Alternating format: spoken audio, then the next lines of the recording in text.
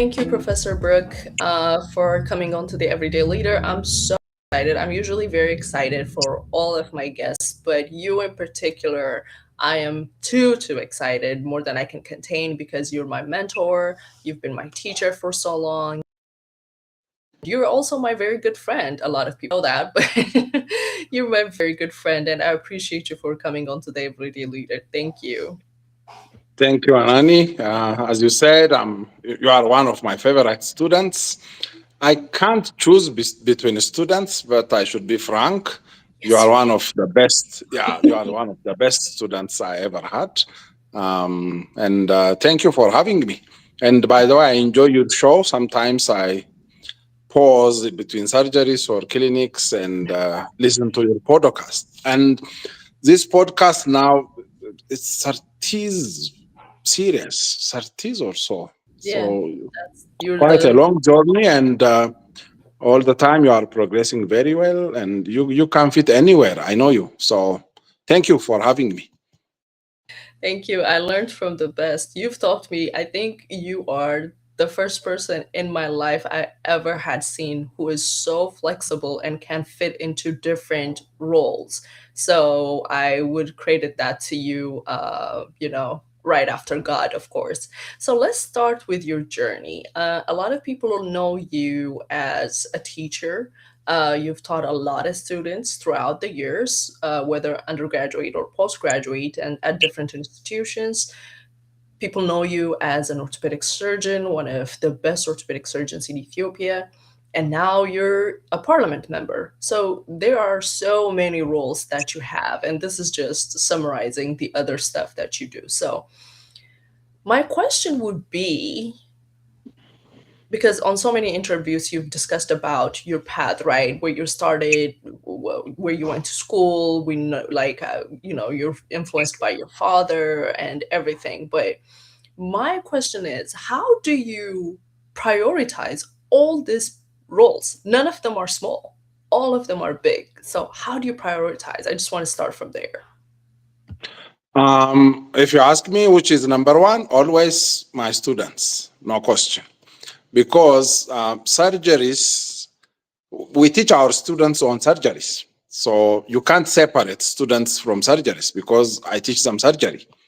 That's an easy answer. But the other answer is difficult because, I don't see them separately. The roles I play, I integrate them. That's the strategy I use. I can put on, it's like changing hats. Same head, but different brands. You can put on this hat this day and the other hat in the afternoon, the other hat in the morning. But all the purpose is, to cover your head. I switch between roles. For example, teaching. While I operate, I teach. So I'm doing surgery at the same time I'm teaching leadership or parliament in a big scale. All this needs leadership. So to improve the health condition, policy, infrastructure, so and so needs leadership. I have to know ins and outs of policy decisions, how things are decided, how rules are made. So you get engaged. So I integrate, and the central core is to deliver best healthcare, best service to our patients. So as one route, but different roles, different hats put on the same head. Wow, I love that. I love how you made it so simple, even though it's not that simple. We've seen you in all those roles. You just make it look so easy, but it's not easy.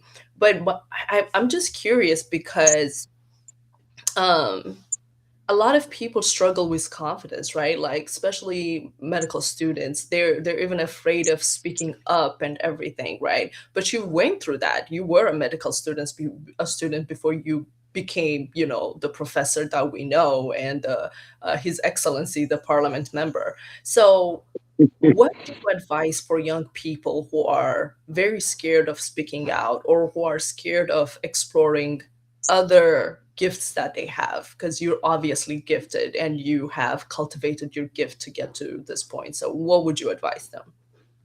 think as a leader. That's my say. Everybody should think there is some form of leadership role in everyone's heart. Where we are meant to lead. We are purpose to lead. The level, the caliber differs, but we lead. You can lead your house, you can lead a little group, you can lead your peers, you can lead a class, you can lead a nation, you can lead the world, you can lead, I mean. So there is some form of dominion, leadership in everybody's mind, heart. So start engaging somewhere, then develop it. That's my advice. Uh, um, um, I don't believe that leadership is a born gift. You develop across your career. There is no a born in leader. So there is dispute. There are theories, but I say you can learn how to lead. And I say everybody has some leadership. Shall I say in your DNA coded somewhere medically in quotes?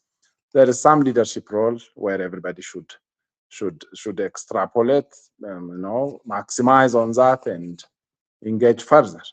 So start it somewhere, try when you are young, develop it, and be faithful on little assignments you are given, deliver, practice not giving up, and I mean, suddenly you'll find yourself that you are a leader.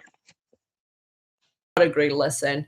Um, so I mean, you're so many things. It's. I think you're one of the most. I don't want to say difficult in a good way people to interview because there's so much to talk about. So I'm trying to just like focus on few areas, but one of the things that a lot of people are impressed with, and I know I am, is that you are the first and only professor of orthopedics in Ethiopia right now. And that comes with a lot of work. um in in this day and age, people don't want to do much work. They just want to get the title and the benefit, but we know that nothing comes without work. So how was that journey? What made you keep going for so many years? You have over 70 original publications, you have books, you're an editor in journal editor in one of the biggest journals in orthopedics. So how was there that journey, and who you are a mentor to me and a lot of people, but who was your mentor? Um, I group my mentors across my career. I enjoy my teachers. I'm luckiest person. My father, actually my grandmother, she's uneducated. Many people wrote on this. If you read on Facebook, or my father, my younger brother, and my mom, together, four of us, Lily included, wives included, we wrote a family book, amazing book. Um, it's well stated there. She's the one who started, pioneered, she welcomed modern education into our family, in our family lineage. So she sent my father to school. She said, you plow with your pencil. That's what she told him. So, بارساس no I متاس, love sorry. that. Yeah. So he has lots of brothers and sisters. She picked him. She said, you should go to school. Your plow tool is, your pencil. So he went to school. This is near to Italian invasion. She was single mom with 11 or 12 kids. His father passed away at a younger age. She decided and opted that his fate is education. So education has big value in my father's heart and mind. So every time he always tells me, ask me anything related to education, I will deliver it. You can't say that during those years. It's tough. I remember when he was one of the leaders of Shashamani Hospital, General Hospital. My mom was OR head nurse for years. We grew up in the OR operation room, and when it comes to the capital, Addis, they pay them something. He saves, spares money. He was given for stipend during lectures and during assemblies, paradigms. He saves that and buys me books. When I came to Addis Ababa University at Kilo campus, first year before we went to Gondar, the books I read, physics, chemistry, blah blah, they are better than the university has in the library. I have the latest versions, editions. For fourth year physics students, I remember they borrowed my latest version of Sears. Sears was the best book at that time in physics, thanks to my father. And in the course to chat that this freshman has got this edition, and some came to check the color and double check this news, this rumor. So my father spent a lot of money to educate me because his mother spent on him, and he knows the value of education. So he knows that is the key to open the universe, and there is no negotiation. I can tell you examples. You will be shocked. It's written in that book, and actually he wrote it. When I get a single X, a single, when I make a single mistake in my tests, the class may applaud me. I may stand first. I may get prize at school, but I will be whipped at home. How come you get this X? For getting one question. No, yeah, yep, no mistake is welcome. Biology, especially, no mistake at all. For one mistake, I may get 3, 4 whips. And I remember once he went to our school and spoke with my biology teacher. His name is Gashayano. He's my friend still. They are friends still. He's alive. He may listen to you. I will send him the link. He may comment to you. In several interviews, they also ask him if this is true. He always tells them. So there is this heartbeat, S1, S2 in medical school. 8, we used to call them labdab. So I think I confused the valves which close during lab with the valves which close during depth. So in the MCQ, I got 1X. So he came to our school and spoke with my teacher and told him that why not you fix this in their brain? This easily, confused. So and they had discussion over this, and he went back to Shamani Hospital and brought a huge heart model and donated to the school. So thereafter, no mistake, no confusion, lab and dab, use the model, fix it in their brain so that they will not make any mistake. It goes to this extent. So thereafter, I don't think I ever made any single mistake in biology. English, biology, math. I mean, in Adventist mission school, still I have communication with them. My results in high school, especially grade 10, to my knowledge, up to recent years, it is record high. I scored 100 in 9 or 10 subjects, all of them. And I credit this to my father. There was no X, single X was not welcome. And he always says, if a child is well fed, if there is electricity and a chair and the books, there is no way to get any X or mistake. These are the 4, ingredients: electricity, good nutrition, books, a chair to sit on. That's all. If these all 4 are available, how come you get a single X? No So excuse. no excuse at all. And I then I brought this. When we say mentors, we focus only to the big guys that we met at the end of the harvest. No, at grassroots, Gashayano, our biology teacher, grade 7, grade 8, I always remember it. I remember my grade 1 teachers, English teacher, teacher Nabi. I communicated, he's in US now. I communicate his family. I remember my grade 1 English class. By the way, I have good memories always. When I tell people something has happened at childhood or high school, they all get shocked because I remember it vividly, no confusion. So grade 1 English, teacher Nabi, then Gashayano, then high school, my maths teacher, Mangustav, he's an Eritrean. I don't know where he is. He is super, super, super, super. Oh my God, gifted teacher. Then Dr. Corso, biology teacher, again, chemistry teacher, high school.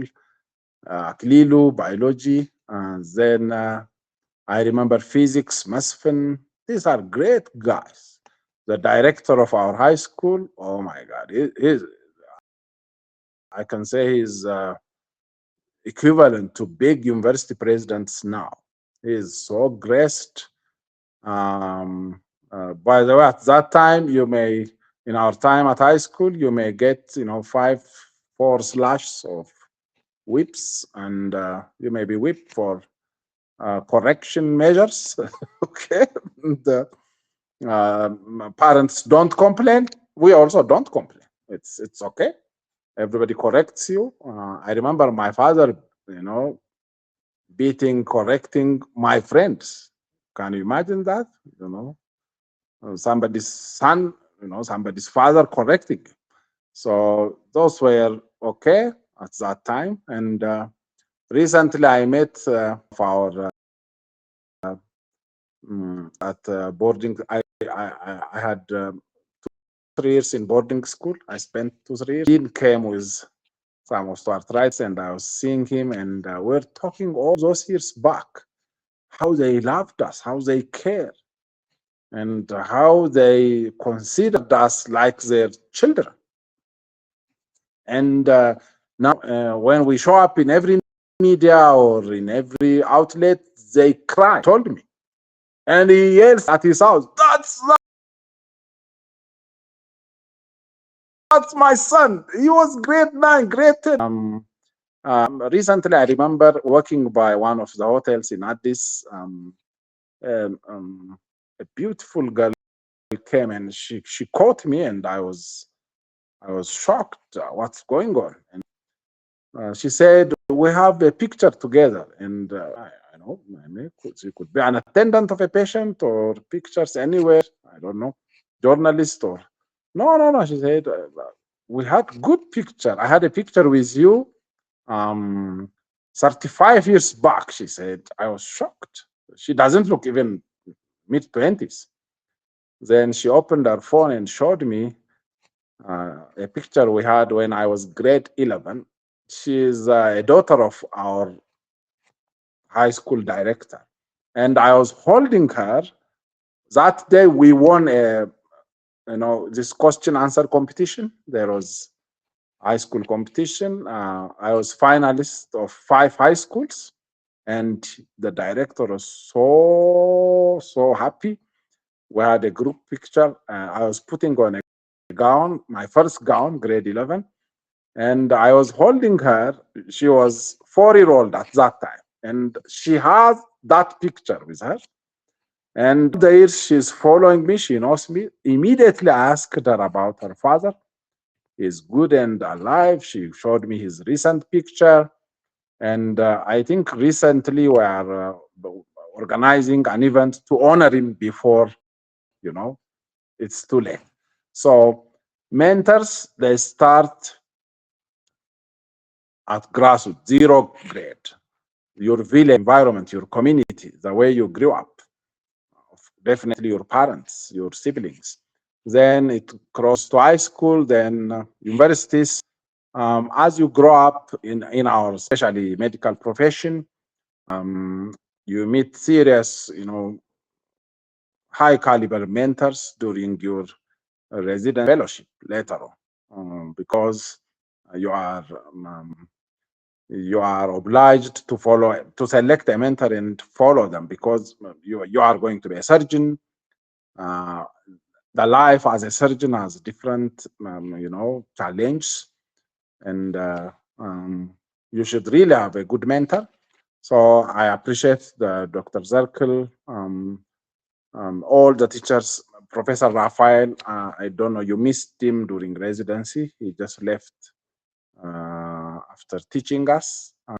Um, when I just became a senior, he left. Otherwise, when I was R3 and R4, me and my classmates, Dr. Elias, Dr. Daniel, Dr. Kanye, we credit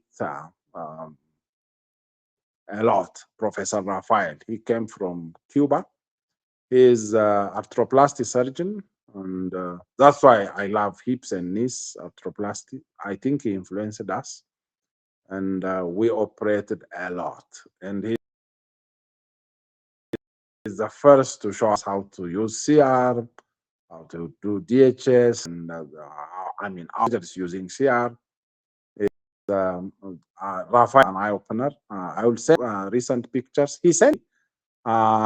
He took this picture when I was chief resident and when we were making a round. So Rafael is a good guy. Still communicate. Um, Yeah. I think now in the states practicing orthopedics and by emails. Then a lot of visitors come to our department, as you know. They may not operate here regularly, but when they come, these are big guys, very influential.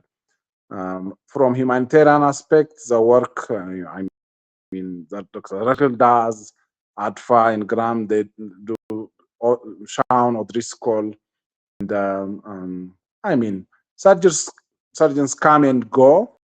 You operate with them. Uh, Initiatives they run in countries. That is, as parliamentarian, my next focus. In my view, there are four phases of orthopedic surgery. The first is the stage. The first is, you are a student. You learn as many procedures as possible. You are focused on step approach, anatomy, so and so. How to do this surgery quicker, which approach is better than which, so and so. This is educational phase, we can say, skill acquiring phase, you can call it. Later on, you do this alone. You practice this alone. I call it I can do stage. That time I have done my first so and so. I have done this. That's your language. Then you get tired. Once that's over, after a few years, you have done everything. Then what's next? The next phase, you live for, you start to expand orthopedics, you start to mentor real leaders and establish centers. Stage, look, Dr. Zarkal, he finally came up with design of his own factories that manufacture sign implants and enable others operate, use sign mills. So he's one of my mentors in leadership in terms of his career. So my next thought is how to involve in manufacturing, common basic implants, so that my students at home.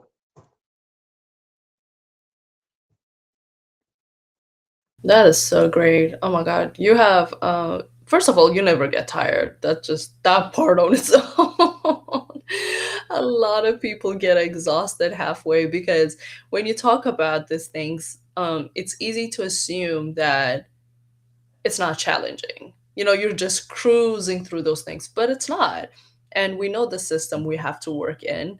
There are good things about the system, but there are also some of the inherent challenges that it has.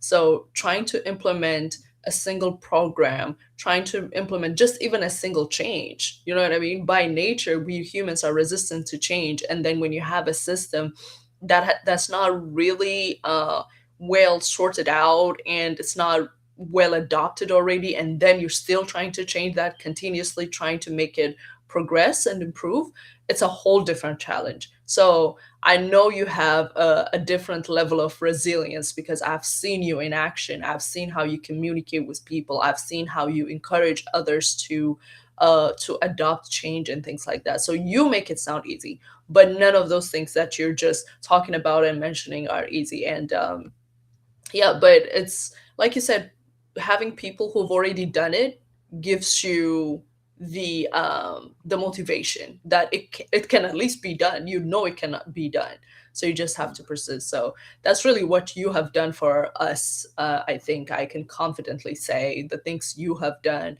for me personally, it has inspired me to start the Department of Orthopedics in Gondar. I wouldn't have done it without your support, because every single step I was on the phone with you.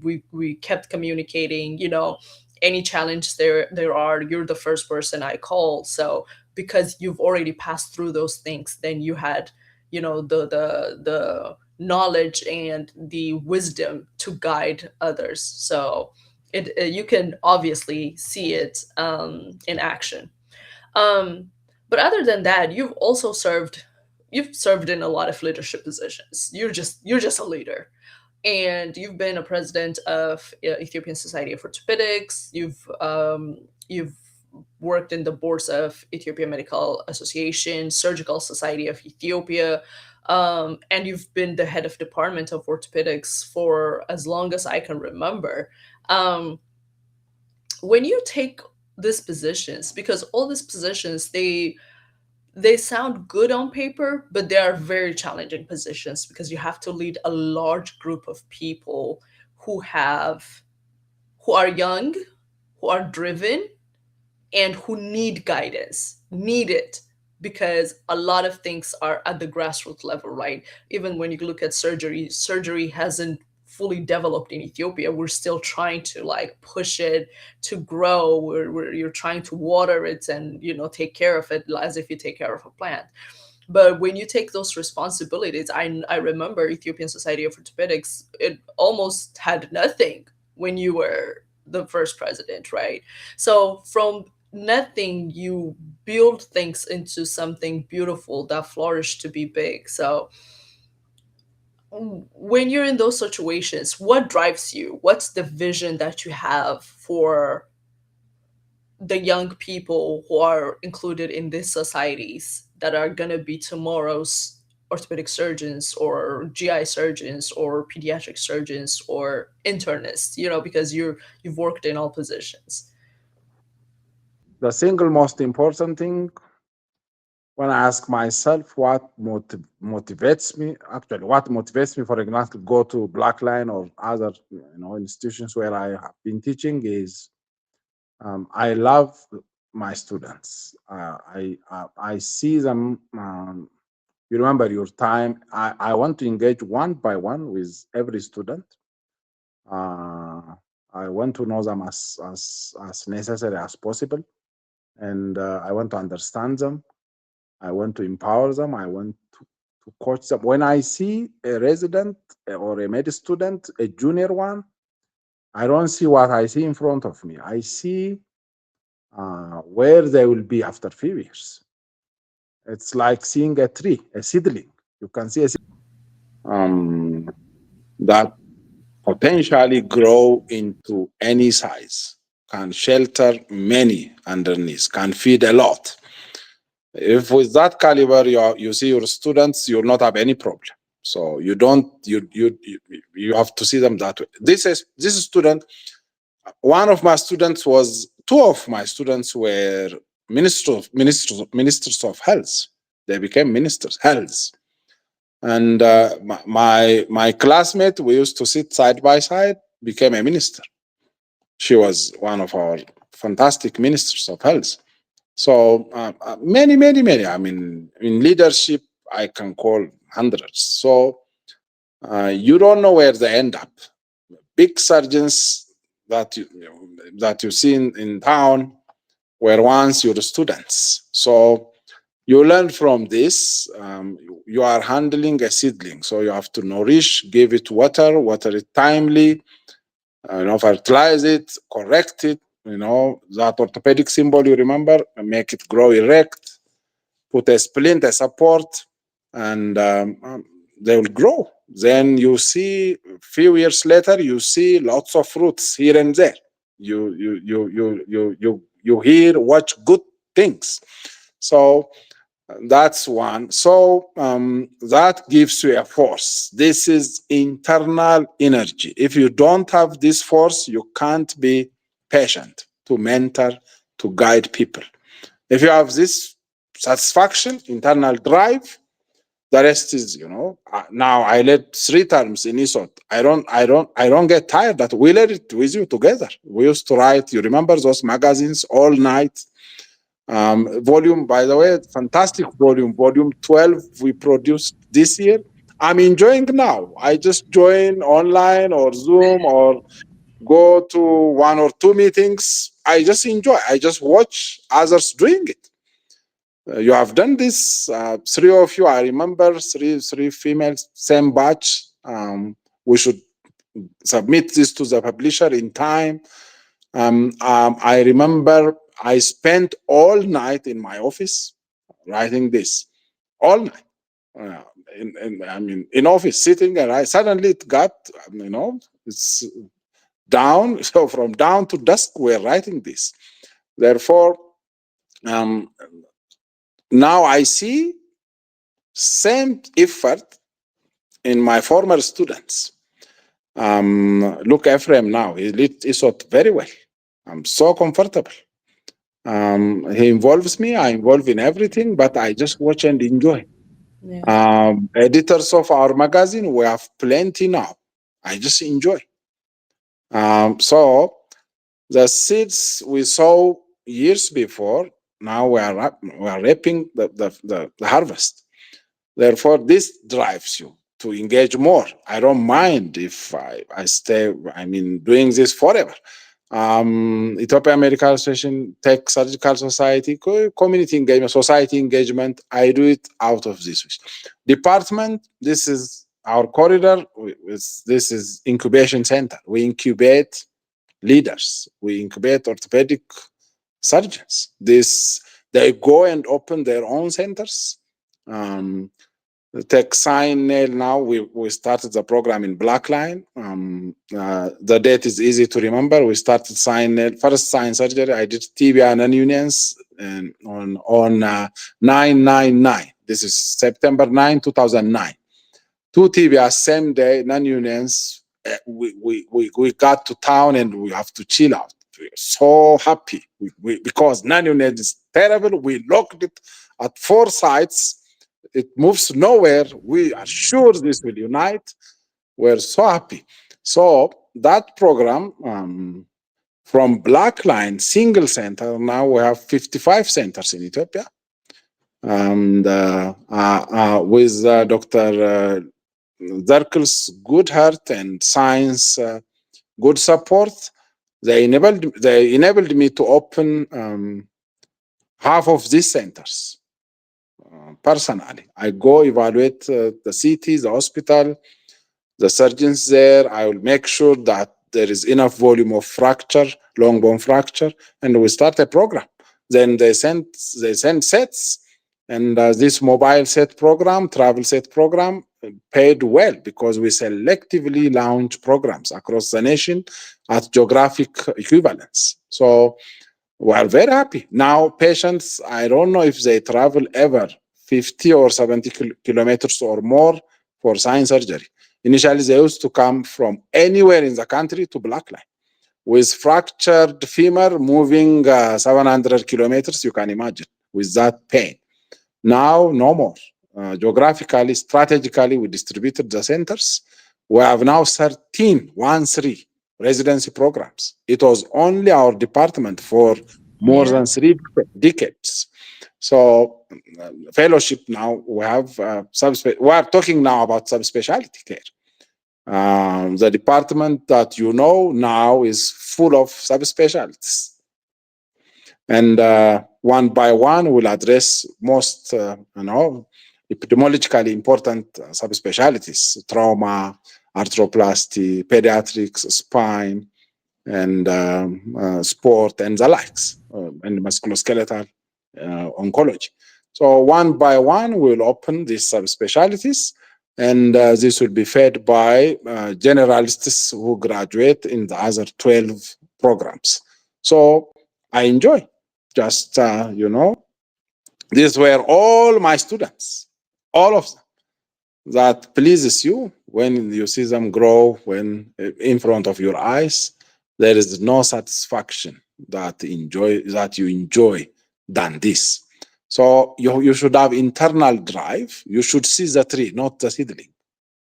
Don't see the seedling. Just focus on the big tree, fruity tree, with lots of fruits in it. And fruition takes patience. A farmer can't just sow tonight and expect a harvest next morning. You should be patient enough and give my big role. I focus on we call it the corridors health and the corridors environment. Make sure they have good freedom. Make sure they interact very well. Make sure you provide them a platform where they pour out their talents confidently. They have research thesis papers. They do that. They operate. Provide resources. Keep now these days. It's a challenge to be patient through the most junior subspecialist trauma surgeon we produce has been in medical school for 13 to 14 years. Imagine at the peak of her use. So this is a tough call for youngsters. Like literally, you spend half of your use at med school. So this is a challenging call. And when you graduate, the world is that the outside world expects you, waits you with another challenge, another level of a different challenge. So you have to make sure they are equipped enough mentally, physically, and skill wise to pass through this challenge. That's my role. I have to make sure that the way we teach now is completely different, where you have to teach them strategies, you have to teach them entrepreneurship, how to sell their skills out, how to support themselves and the dependent ones around them.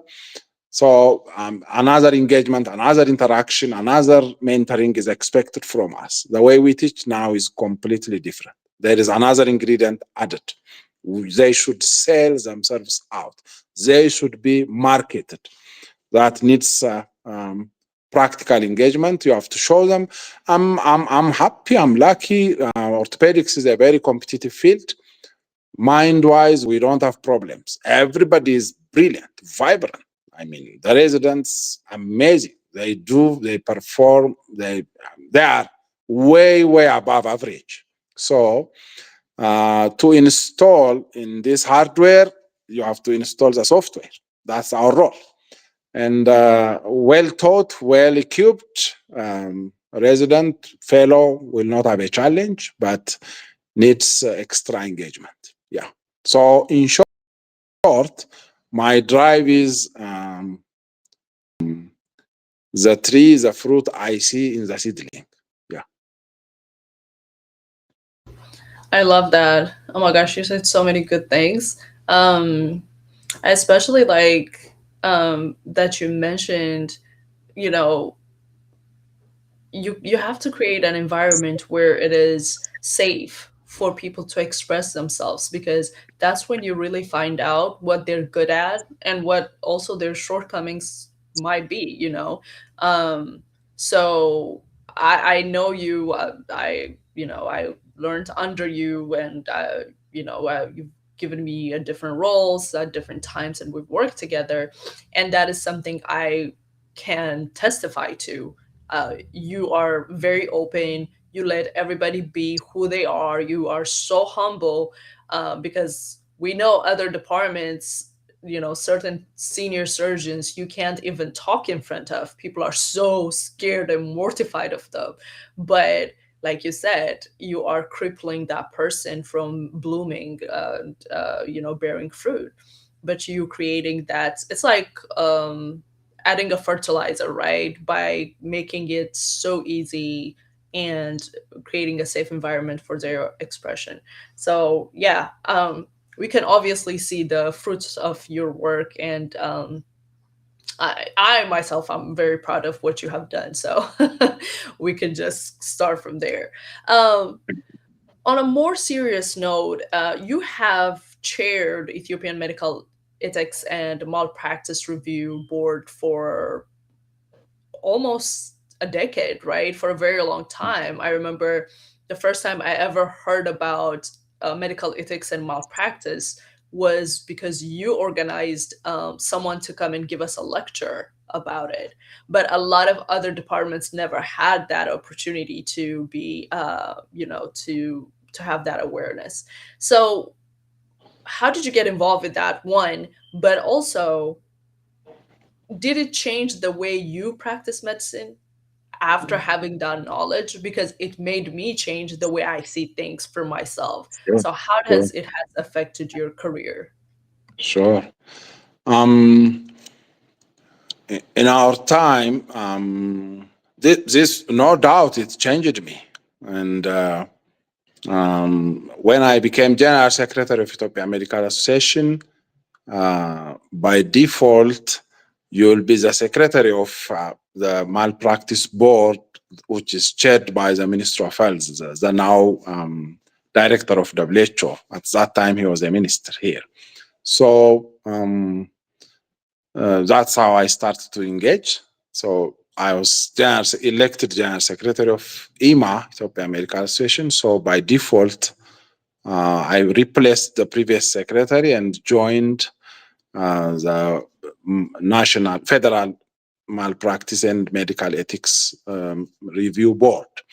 Then I started to discover things were not taught at school.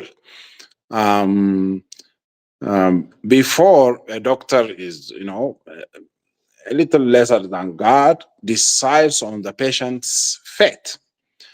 He knows. So there are several sayings in Africa and in Ethiopia. I mean, you can't hide anything from God and the doctor. They say this, and doctor's decision is ultimate. And let the doctor decide. That's what we have been taught. But now the patient decides.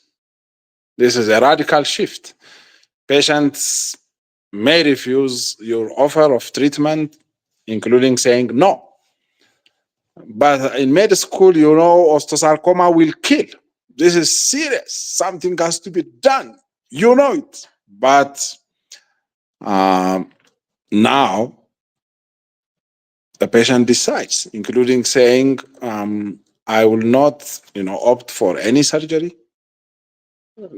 I don't want to have MRI. I don't want to have X-ray. No investigation. No follow-up. I just go home. He may say, I will go to holy water, visit, religious organizations or people. So this shouldn't upset a doctor now because there is patient right.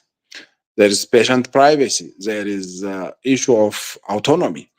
There is issue of, um, um, respecting patients' beliefs, including saying no to transfusions or so. So science, yes, there is. We know it. We have been through it. But now ethics comes, moral comes, and patient right comes, kicks in. So the doctor politely explains details, gives data, facts, and politely explain the risks associated with no, plus the risks with associated with yes to surgery. Patient finally decides, that's all. So through this exchange, I should shift from the previous, a doctor decides view now to patient decides. The doctor informs, doctor explains, doctor gives data, facts, scientific, statistics. So this is not easy move. So you have to, 3-4 times you should consult a kid with osteosarcoma before advanced osteosarcoma before amputating his extremity. This is a tough decision, but you approach it differently. You can't just discharge him against medical advice. No. You have to be very polite, humble, and know that this is their right. You know it, they don't know it, but they decide. So this is one lesson I took. Shift, complete shift. Second, doctors should be careful. Every surgery may not have fantastic outcome. I learned there are 5 outcomes of any treatment. The first outcome is cure, which we all love to hear, which we dream to offer to our patients. But unfortunately, if you remember all those lectures you have been through med school, especially internal medicine, typical, epidemiology, then symptoms, sign, diagnosis, differential, investigation. Finally, you'll come up with treatment. It doesn't say curement. It says treatment. So treatment has 5 outcomes. The first is curement. You cure a disease. Good. Most of our patients fall in this group. Second outcome, when you treat, is improvement.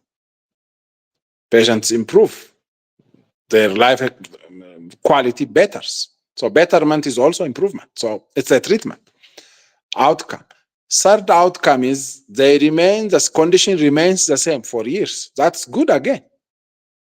Patient didn't deteriorate, but thankfully it stays where it was 4 or 5 years back. You made that happen. So this is good outcome.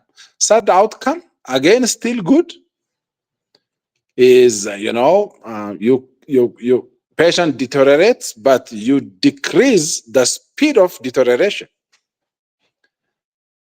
You made a sarcoma patient, advanced sarcoma patient, if nothing is done, if not treated, may pass in few months. You made him stay 4 or 5 years. In the meantime, he got married, got kids. Actually, I have those patients. And that's another good outcome. So still you treat those patients. You don't abandon them. You know they deteriorate. They are deteriorating. Every follow-up shows deterioration. Still you treat them. The bad outcome that we don't like is, of course, death. The 5th outcome. So these are all treatment options. But when they die again, still you treat. Because you can make them die peacefully, die painlessly, die with grace, die, without being comatose for protracted time. So they can die without pain, without delirium or confusion or coma. That's also your intervention.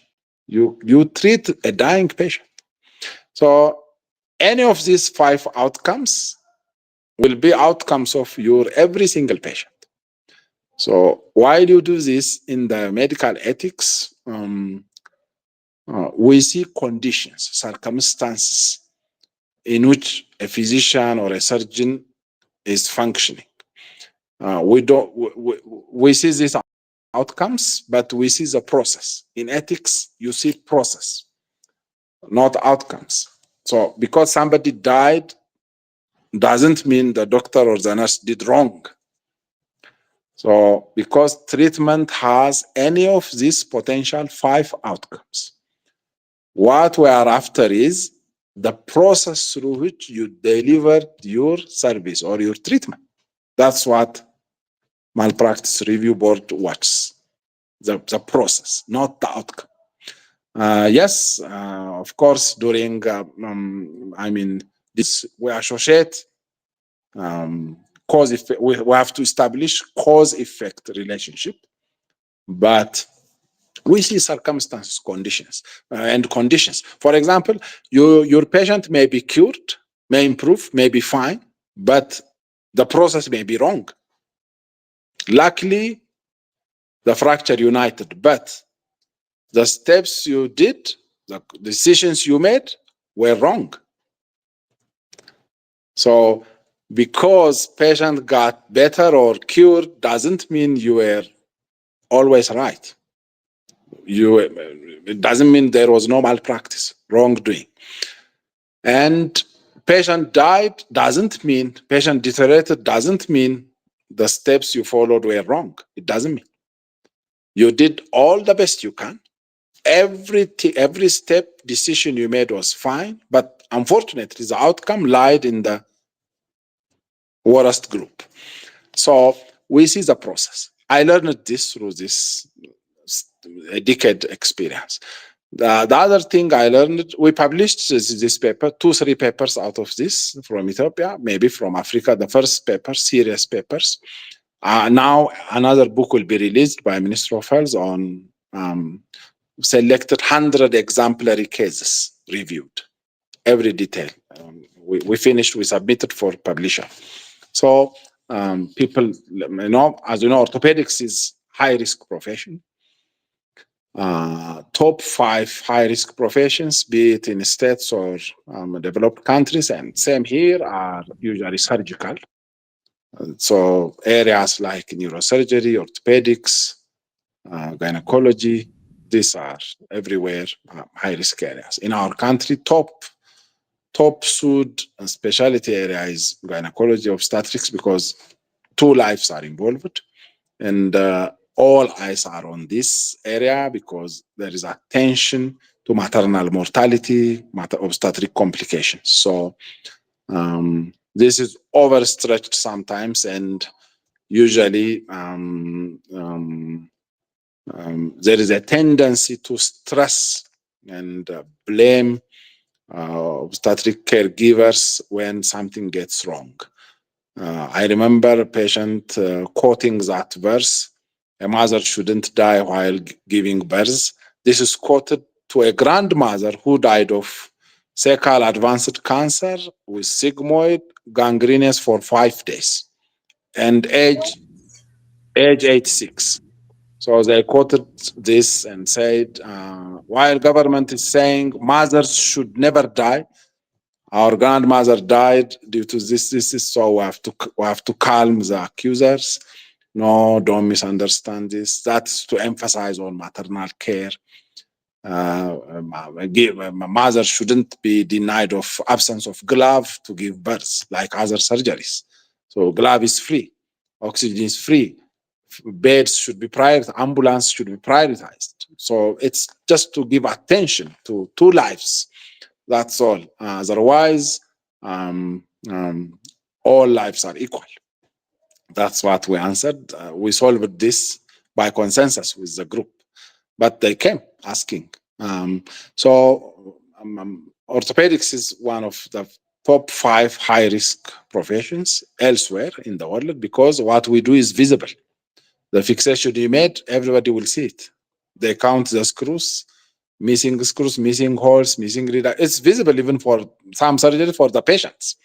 So they ask. So we are liable. So we have to strive our best in our reductions, in our replacements, and in our surgeries. So it puts us under high risk.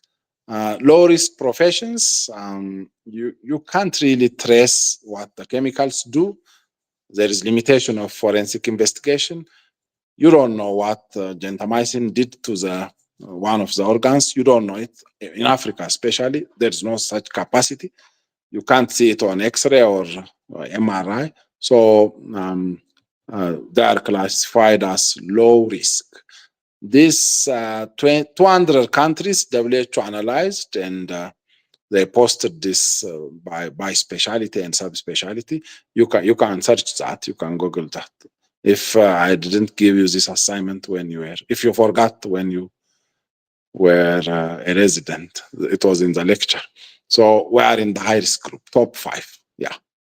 This is another lesson. The other lesson I gathered is you have to be so careful when you practice. You have to watch your family. Don't rush to take a knife and cut a structure, a tissue. Stick to proper indications. And remember, always patients these days shop between doctors. So they move from a doctor to a doctor, from a doctor to another. So what you thought stays in a small room may be seen anywhere. Now it's an era of social.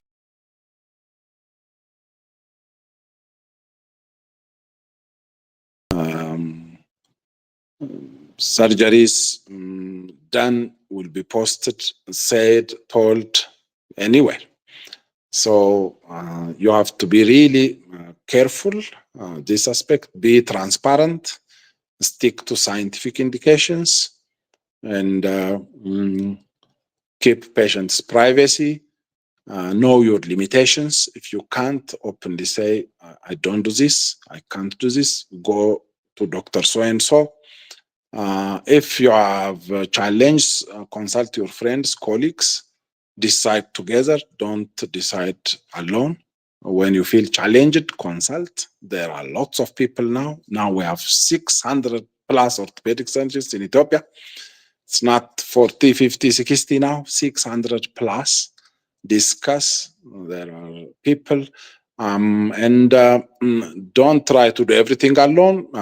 Multidisciplinary approach is the way forward. Involve vascular surgeon, neurosurgeon, plastic surgeon, as many people as possible, because you are surrounded by this. Now, big cities, basically big hospitals everywhere in Ethiopia have this luxury now. So involve people, do it together. You'll have good outcome, plus you'll be protected. With what you have done with good intention may turn against you. I remember one accusation, the patient came with pneumothorax, tension pneumothorax. It's a killer. The science says stop the second intercostal space, especially on the safe side, right side usually. If the problem is on the right, stab it with anything and relieve the patient from tension pneumothorax and save his life. You'll talk about infection after saving life. So you can use your pencil, stabber, Swiss knife, whatever. Relieved, then cover infection if you used dirty materials. So there is this patient where they put sterile catheter as a chest tube. Patient got fantastic. They used this sterile catheter and put underwater seal using common Highland glass of water. So they didn't use sterile material, bottled water. So they opened there, they put the catheter as underwater seal drainage, like typical chest tube. This is not commercial chest tube, but functionally, yep. Then they took pictures and someone posted initially thanking that the patient who was suffering tension pneumothorax is okay now, relieved now, but later turned out that somebody wrote saying, hey, they put close to your heart, they put a tube that is supposed to be put on, urinary organs, genital organs. And the patient was so angry. He sued the doctor and we called them. And when the review, Hey, we see circumstances. This is a situation where you have tension pneumothorax. This is where minutes count on your life. So the doctor decided to save your life using whatever he have. Forget sterile catheter. He could have used a knife, a kitchen knife, pencil, pen. He may bite you, whatever. Just make an opening there and relieve the tension. That's the rule.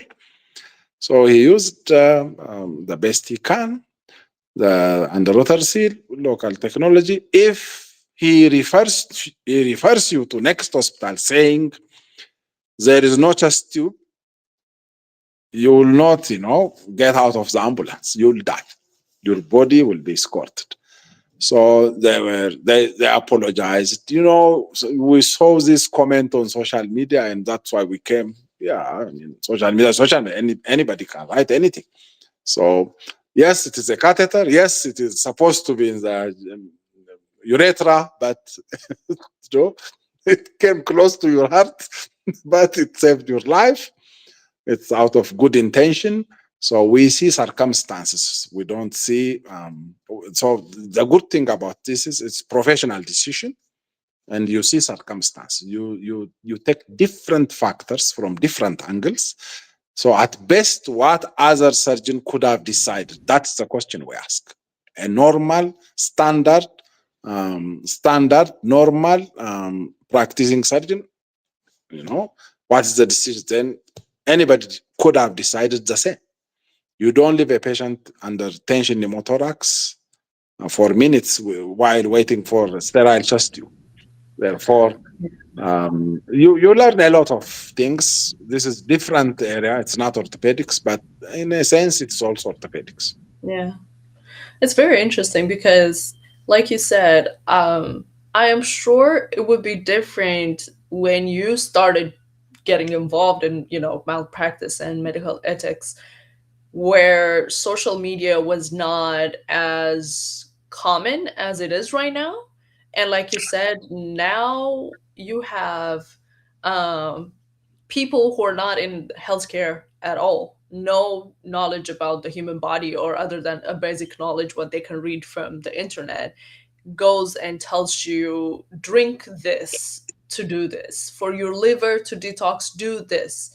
And then and then you have doctors who are trying to guide people the right way being sued as well. So I think that's very scary. And also, um, we work in a very resource constrained setting. If we're looking for the perfect setup, because we know the perfect setup, we when we're trained, we are told what it should look like, what needs to happen to do a specific surgery. But that's not the reality of the hospitals we work in Ethiopia. So you always have to improvise. So it's, for me, it's like medical malpractice in Ethiopia. It's like you really can't hold people against those. Like, what standard are you holding them against? A standard that hasn't even been provided to them in the first place. So it's very dangerous. In Western society, they compare it to what is gold standard, right? What's the gold standard? And even at that, one of the people I interviewed, an orthopedic surgeon, he was telling me that the lawyers, even if you did a great job, they look at the X-ray, and the screw is 2 millimeters longer than it should be, and they would make it a big deal. But it's because when they go into theater, they have a whole set of screws ready for them. And he was still saying sometimes you might not get that perfect screw, but they would still come at you for not doing what they call the gold standard, or because a little is off. So in Ethiopia, where you don't, I mean, how the environment we have to work under. So it's very, it scares me that people are being fed this information that you can sue, the person did not do this perfectly or this and that, but they forget that those are the same hospitals that sometimes don't even have gloves. We have to open wounds as doctors with no gloves, risking our own lives. And I don't know. It's That's a different beast, but Yeah, I mean, this medical malpractice exists everywhere. Even US is not exempted.